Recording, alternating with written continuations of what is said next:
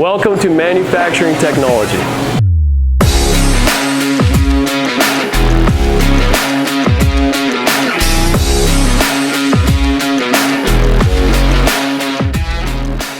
Manufacturing technology is the woodshop metal shop. You start off with a beginning class and you have 2 advanced classes in woods and 2 in metal. So in the metals courses, you start off with a metal tech class where you learn the basics and safety.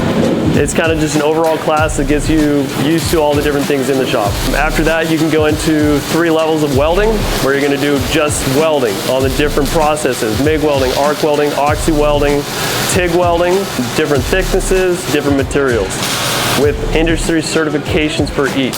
The other side of that is a machining class with 3 levels. You can take those classes, learn how to use milling machines, lathe machines, CNC machines, computer-controlled plasma cutters, and that kind of thing. On the woodshop side, there's a beginning woodshop class. You take that first, teach you how to use all the equipment in the shop. From there, you go into 3 levels of construction, where we actually build sheds.